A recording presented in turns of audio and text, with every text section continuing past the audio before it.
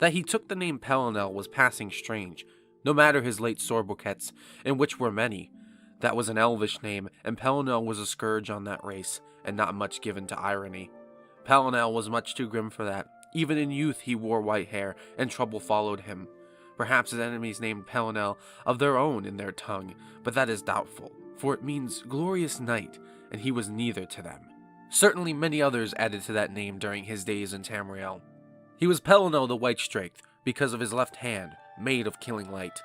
He was Pelin-El the Bloody, for he drank it in victory. He was Pelin-El Insurgent, because he gave the Crusades a face. He was Pelin-El in Triumph, as the words eventually became synonymous. And men-at-arms gave thanks to the Eight when they saw his banner coming through war. He was Pelin-El the Blamer, for he was quick to admonish those allies of his that favored tactics that ran counter to his, that is, sword theory. And he was Pelin-El the Third, though whether this was because some said he was a god geyser, who had incarnated twice before already, or that simpler, he was the third vision given to Pereth, anon Alicia, in her prayers of liberation before he walked amongst the quarters of rebellion, is unknown. You know, just reading that makes me want to read the rest of these, the Song of Pelin-El series, numbers 1 through 6, as they are probably one of the best lore books within the entirety of the Elder Scrolls series, as they go over a character so interesting and so crazy as Pelin-El White-Straked that I just can't help but want to do so, so perhaps I'll do that not too long after this video is released. But yes, Pelin-El White-Straked, one of the craziest and most interesting characters within the entirety of the Elder Scrolls universe, which is very surprising considering he is actually a recent addition, as he is within the 4th game in the chronological series, and technically the 6th game to be released by Bethesda under the Elder Scrolls name. It's really interesting because this character took on a lot of fame after his entire DLC that was dedicated to him in the Elder Scrolls IV Oblivion, the Knights of the Nine. This DLC centered around Pelin-El, and more specifically his battle against Umuriel the Unfeathered, in an attempt to kind of show one of the most, weird stories within the Elder Scrolls universe, considering it was written by Michael Kirkbride himself, but it seems every video on Pelin-El has to start with an excerpt from his books, The Song of Pelin-El, whether it be number 1, number 3, number 6, it doesn't matter, as every single one of the stories seems to go over a very interesting tale of the aspects of Pelin-El himself. And you guessed it, today's video is about none other than Pelin-El. Now I hope I didn't bore you with the long intro, I hoped you enjoyed the reading, but today we are going to be discussing Pelin-El in a way that most people tend to see him, but no one seems to really talk about. And the idea really is Pelin-El a cyborg? Now, a lot of people will disprove that or say that it's ridiculous, and a lot of people have a lot of lore reasons as to why he's not, and this is just tales that were sprung from fancy in the vein of not understanding what Pelin-El was, especially considering he showed up in the very early beginnings of the Second Era.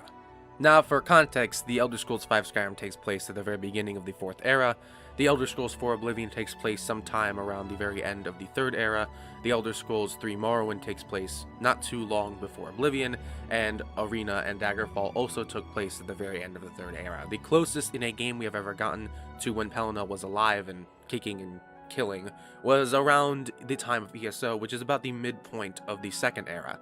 So this was about a couple hundred years after Pelin-El had, helped the Empire rise in Cyrodiil. And by Empire, I mean the First Empire, which was Saint Alicia's empire, which kicked off the rest of the empires like Remen and the Septim Dynasty. So, in other words, Pelin-El is from a very, very long forgotten age that is history to a lot of the people that play the Elder Scrolls, whether it be any game, because any game that is in the Elder Scrolls series has taken place a long time after Pelin-El was alive. The only time we've ever seen Pelin-El in person or interacted with anything he's ever owned was in the Elder Scrolls IV Oblivion's DLC Knights of the Nine, in which you had to not only interact with Pelin-El, but you also found his artifacts, his armor, his weapons, and used them to defeat his foe, Umuriel the Unfeathered. So what stuff exactly makes Pelin-El appear as a time-traveling cyborg within the Elder Scrolls lore? What aspects of the lore, what stories make him appear in such a way to which most people would either deny or wholeheartedly believe this? Well, one of the first pieces of evidence that I have kind of comes from the first passage of his books, the Song of Pelin-El, which I actually read you in the very beginning of this video. The passage, or the part I'm going to be reading from this passage, states, "He was named Pelin-El the White-Straked because of his left hand, made of killing light." Now, when you think killing light, you think laser weapon, don't you? Some sort of futuristic weapon. Now, it could either be construed as he has magic that he summons with his left hand, or that he has a laser weapon with his left hand. Now this is just the stepping stone to get you started on the idea that he's a cyborg. Now I'm giving you the idea that it could also be that he's not a cyborg, but I'm explaining it in both ways so that you can come to your own conclusion. Let's move on to the second piece of evidence. The second piece of evidence comes from the second volume on his coming, in which it kind of tells of both Pelin-El and Morhias, his half-bull brother or cousin, or however you want to look at them. It goes on after they talk about how Morhias had appeared, how it also shows how Pelin-El first appeared. And then Khan granted Paraf another symbol, a diamond soaked red with the blood of elves, whose facets could unsector and form into a man whose every angle could cut her jailers, and a name, Pelin-El, which is the Star-Made Knight, and he was arrayed in armor from the future time, and he walked into the jungles of Sirid, already killing. There are two parts of this section that I actually want to talk about, in that the first is the diamond soaked red with the blood of elves, whose facets could unsector and form into a man, and also the armor from the future time part. Both of these seem to point to the idea that Pelin-El is something much more than human. He could be Ada. He is said to be Ada, but it also could be the idea that he is more machine than man. Now, I want to point out the diamond part because I thought it was very weird. Someone kind of pointed out on Reddit when I was kind of researching all this, the idea that the diamond could unsector and form into a man whose every angle could cut her jailers, in the name Pelin-El. The idea is that I think he could retract or grow or make something much more from just a diamond in his chest, which kind of, and I know it sounds weird, gives off a Steven Universe kind of vibe with the crystal gems and how they form from their gem. I don't know, I thought that was kind of funny. It's interesting, but it definitely kind of shows that he was formed from the gem itself. He was formed from the Amulet of King's gem in his chest, and it's something that kind of shows off that he's something less human, less mortal. The part I really want to look at, though, is the armor from the future. The armor that was so impenetrable that is said to be the whole reason that people couldn't hurt him in the very beginning of his tale. The idea that this armor is so advanced, so crazy, yet in the Knights of the Nine DLC it's disproved and shown to be more of just a medieval chivalry armor that kind of shows off more of a Crusades vibe, which is kind of what his whole story is about. He's on a crusade against the elves. The idea behind the Crusader armor that he has being so advanced is kind of disproved, though, because when you get the armor itself, it's nothing fancy. It's just cloth, and it's just this normal chainmail steel plate armor. So what exactly gives? Why does it appear in the Oblivion DLC so, normal? Well, there are two out-of-game reasons that I want to give, and there's one in-game reason, in-lore reason that I could also give you. But the out-of-game reason is probably just Bethesda didn't really care for the idea of a futuristic cyborg, and they didn't want to program something like that. So they just put something very vanilla, very basic, in place of his armor to just kind of fill a slot. Plus, they kind of like the design of it, so maybe they just kind of rolled with it. The second thing that is out of game is probably the idea that they wanted to make something a lot simpler. They didn't really want to make something crazy, and they wanted to restrict Pelin-El to be a more normal person. They already made Umariel, which was this crazy, weird, elven, god-esque thing, and then they wanted to show Pelin-El as kind of a more normal man as they had described him. So they kind of showed him this, as this kind of normal being, a normal character model, which was, I think, kind of restricted to the technology that they had back then, as to make Pelin-El something crazy that wore armor that you couldn't wear would just seem a little bit unrealistic. The in-game reason kind of points to his overall fate, and if you don't know, Pelin-El was killed at the very end of his story, though he would appear later on, which kind of goes into another point later. He was ripped apart into 8 pieces, and because of this, he died. But that also means his armor was ripped apart and destroyed as well. So probably what happened was his armor was taken and it was reforged.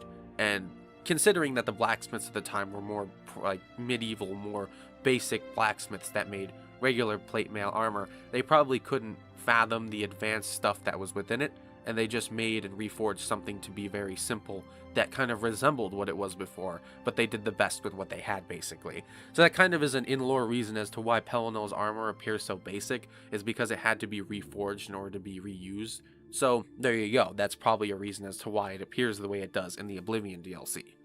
Now, the third thing is something I mentioned just previously in my last point, and that is that he is a time traveler. It is actually pointed out multiple times that there are aspects of him that just scream time travel. From the appearance of him after he had died, to this very passage I'm going to be reading you in Volume 3 on his enemy. In Volume 3 on his enemy, it reads, Pelin-El called out Horemir of Copper and Tea into a duel at the Tor, and ate his neck veins while screaming praise to Remen, a name that no one knew yet. Now, I know it's very brutal with the whole ate his neck veins part, but that's just how Pelin-El was. He was very savage, very brutistic, and that was because he went into fits of rage that the 8 divines had to intervene in order to actually calm down. But yes, the whole screaming praise to Remen, a name that no one knew yet, is a very interesting point into how he knew about something hundreds of years before it would happen. So it's very interesting how he knew that. Combine this fact with the futuristic armor aspects and the idea that he appeared sometime after his death, and you begin to feel like Pelin-El was a time traveler of some sort, like he knew some sort of way to travel throughout time, in a way that it didn't matter if he had died. He was coming to the past somehow. Now, the idea I want to talk about next is the concept of his madness, his rages. If you don't know, Pelin-El would go on these rages for, I believe, days or hours on end, where he would just slaughter elves. He would walk off into the forest or the jungle or wherever, and he would just start slaughtering elves. Now, I want you to think about it this way. Now, you're writing the story. If you're reading the story the way it is, he goes into these fits of madness. Behind the scenes, maybe you're thinking to yourself, this is because he's programmed to do this. Now, I know it sounds weird, but just think about that. He goes off onto these rages without him even thinking, and it's even described in the passage On His Madness, Volume 6. And Garrett of the Men of Gi once saw such a madness from afar and maneuvered, after it had abated, to drink together with Pelin-El, and he asked what such an affliction felt like, to which Pelin-El could only answer, like when the dream no longer needed its dreamer. This passage kind of describes the idea that he's doing something without his consent, something without his conscious being, or unconscious. He's kind of going into a trance, like he's just going to fight, like he doesn't know what it is. He just accepts that that's part of him. The idea of this isn't too far from the idea of being programmed to do something outside of your control, something that just kind of takes over. I felt when I looked at that, yeah, that's programming. Pelin-El could have been programmed to fight elves, like he was some sort of futuristic cyborg that was sent into the past to not only help, I believe, Alicia, but to help win the war so that history was changed, and that maybe there's some sort of force outside of time that wanted to change this. Maybe some sort of future force even convinced Akatosh. After all, you see, Pelin-El is very connected to Akatosh with the Amulet of Kings, which is an amulet of Akatosh itself, as we see at the end of Oblivion when Martin shatters the amulet and he turns into the avatar of Akatosh, to Akatosh blessing Alicia and giving her dragon blood, to even Pelin-El's own words in his fits of madness. "O Akka, for our shared madness I do this. I watch you watching me watching back," which is a funny line, but kind of points out that the god of time had something to do with this. The god of time might have sent him back in time, or had something to do with him being sent back in time. Or maybe, just food for thought, he's actually referring to Akka just as time itself, in the sense of, "Oh time, for our shared madness I do this. I watch you watching me watching back." If we take all these facts along with the miniature facts that he was able to survive being ripped apart into 8 pieces and still have a conversation with Morhias when he found his severed head in the center of the room in which he was torn apart, you begin to realize that Pelin-El is something that is definitely not mortal, something that is not normal, and something that is definitely not human. So you begin to look at the idea that, between the idea that he had white hair throughout his entire life, the idea that he was spawned from a gem in the center of his chest that took the place of his heart, and you begin to realize that possibly, just possibly, he could have been a cyborg. Something that was a time-traveling, Terminator-esque situation, in which he was sent back in time to help them, the humans I should say, win a war that they had no chance of winning without him. And on the topic of Morhias and the concept that they are somehow related, I have no idea. Morhias is more referred to as a nephew of Pelin-El in some way, shape, or form, and maybe, just maybe, the gods made Pelin-El and programmed him to be a futuristic cyborg. We hear the idea that Akatosh had something to do with Pelin-El, or time itself, as he is mostly related to time and how he manipulates and affects it in weird ways, but I cannot explain how they are related then. I think in some way maybe it was more of a brotherly thing, like even though you're not related, you consider yourself brothers in a way.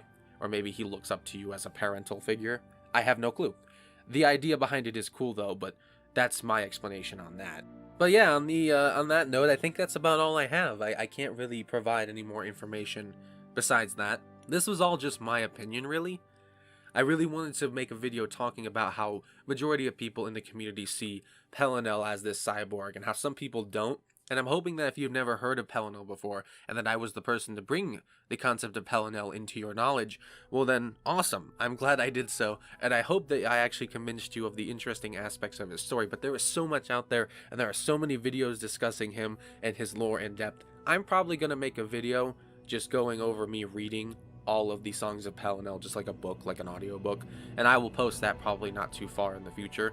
But for now, I hope that my video was enough to convince you that possibly Pelin-El was a cyborg, or that at least in some ways Pelin-El was definitely something outside of anything that any mortal man or even Mer can probably understand.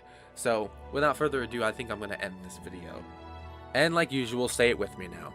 Play well, eat well, and of course live well, friends. I hope you guys go out there and strive to break infinity, and I hope you guys have a nice day, night, evening, wherever and whenever you're at.